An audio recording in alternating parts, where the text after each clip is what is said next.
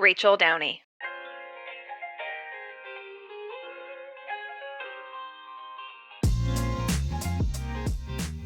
We've hit peak data.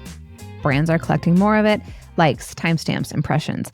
Social media has taught us marketers to chase those shiny objects that seem like insights, but they don't actually tell you much.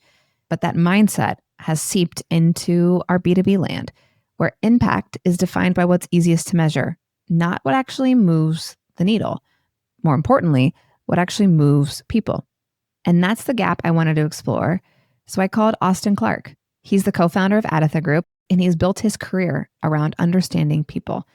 After moving to Italy as a kid and navigating language barriers, he's learned intuitively how to connect first before actually communicating at all. You see, connection is communication.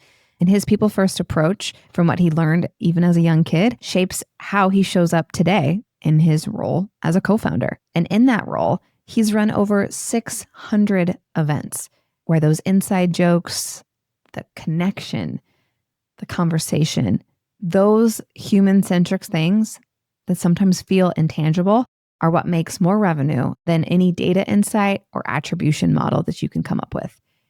He's the guy who remembers the story behind the data. So I had to ask him, how should brands be using data in an impactful way? Here's what he had to say. Your call has been forwarded to an automatic voice message system. At the tone, please record your message. Hey Rachel, hope you're doing well. How should brands be using data in an impactful way? I think it's important to understand the power of data more than anything else, and also the different types of data.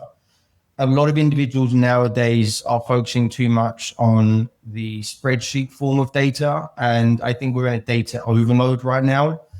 In order to create impactful content, rather than just trying to understand, oh, this individual's a VP of sales with an X company, chances are he takes care of X, Y, and Z team, double down and find out the human elements of that individual. So find out, do they write a blog? Do they have a podcast? Do they have a foot in the local community? And those, I think, are more impactful data points that you should be doubling down on.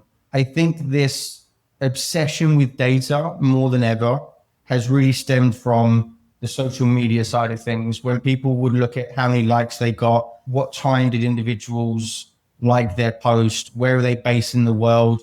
We've gotten to the point that everybody has data on something, and a lot of it is just a hot mess. It's important to remember the data that you have in front of you needs to be used in a very targeted way rather than just spraying and praying. As much as you can drown in data, don't forget that you deal with humans first.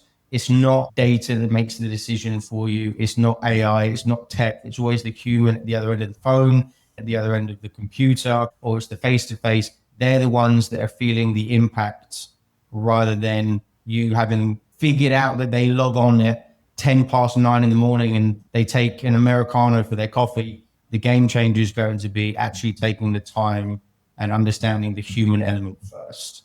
So I, as an individual, have executed around 600 in-person and virtual events. I actually got asked by my co-founder, how do you connect so well with people? And I'm like, my little trick is you create inside jokes nice and early. It's the laughter, it's the spilling a glass of wine and then talking about it 3 months later. It's like, oh, remember that time.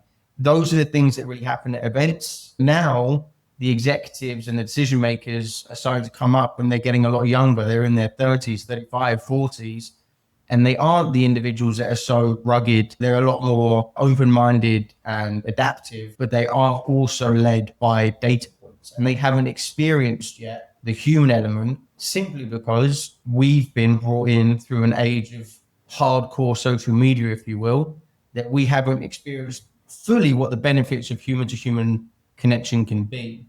I'll end it with this as a little personal story. I grew up in England and I moved to Italy when I was 7 years old. I didn't speak a word of Italian, and my parents threw me into an Italian school, and I was the only English person there. I spent the first 2 weeks in class crying, and the Italian teacher didn't know what to do with me. So she brought in the English teacher to try and calm me down, be like, everything's going to be okay. You're going to get better. You're going to learn Italian. the only thing that I could do is be as personal as possible. And when you're also working beyond the language barrier, the human to human element goes so far beyond just communication. Friendships can happen, connections can happen. That's what I think I learned from myself at a very young age, that you have to take the time to connect with individuals. That's really what longevity will bring. Data is not going to bring longevity. The actual network and relationship is what you can double down on in 5-10 years. But that's everything from me, Rachel. Listen, you've got my details, so if you want to reach out, feel free to do that.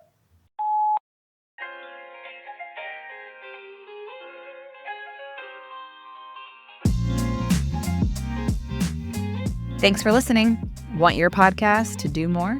Subscribe to Genius Cuts, because it's never just a podcast. You can find it at shareyourgenius.com.